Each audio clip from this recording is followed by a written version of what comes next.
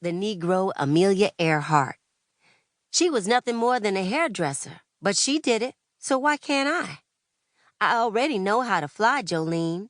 If I can't get my license in Tuskegee, at least Chicago's closer than Paris. Jolene shrugs over her armful of dirty shirts. If you say so. I do.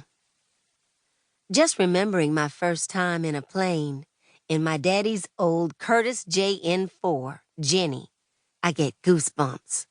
Nothing else on God's green earth does that to me. Of course it's worth it.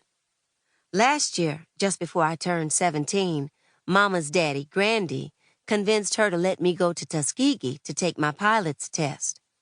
I'd taken over Daddy's side business of dusting crops, but I needed my license. Daddy would have taken me had he lived. I'd already flown over 40 hours with him, and I had passed the written exam by mail just before he died. All I needed to do was go up in a real plane with a certified instructor. Mama kept Daddy's promise by letting me go. Grandy and I showed up real early at the airfield. I was so excited I thought I'd have to run to the restroom and pee every 5 minutes. Grandy was as calm as could be, though, and that helped me a lot. The instructor, a Mr. Anderson, showed up, and he was a white man with blue eyes and a firm jawline. I'd heard he had passed other colored pilots at the base, and I thought he looked tough but fair. Well, I said a little prayer asking Daddy for help, and I took that instructor up in the test plane. It was a Jenny, like Daddy had taught me on. Easy as slipping into an old sweater. We did rolls and loops and landings, and I could hardly stop smiling because I knew I'd done good. But when we climbed out of that plane, Mr. Anderson looked at me and said, "You can fly, no doubt about it, but no woman's going to get a license out of me.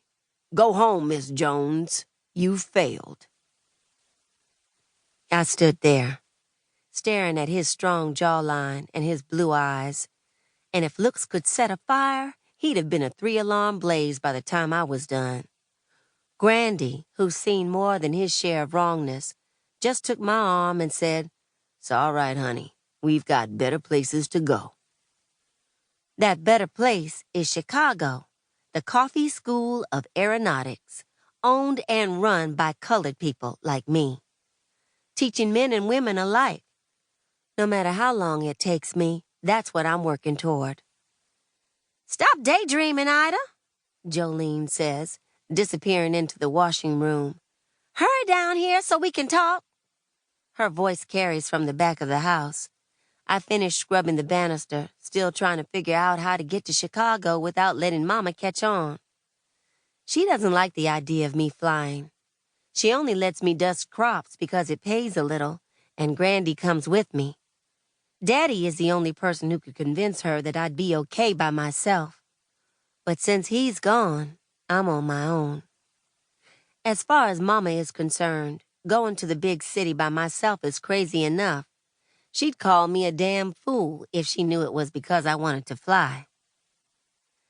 "Finally," Jolene says as I round the corner to the washing room. "Grab a tub. This is old-fashioned dirt in these socks. It'll take a washboard to clean them."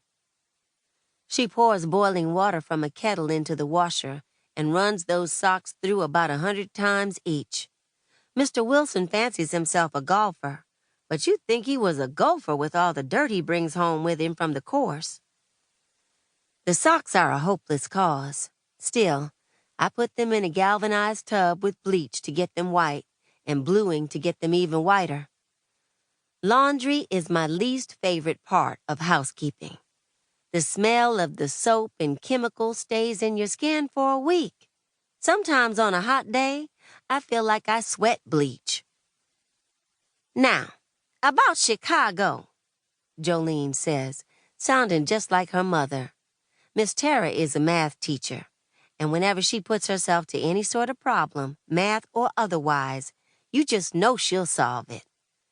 Jolene isn't as reliable as her mama, but it is comforting to have her on my side just the same. "Here's what to do. Tell your ma that you're visiting."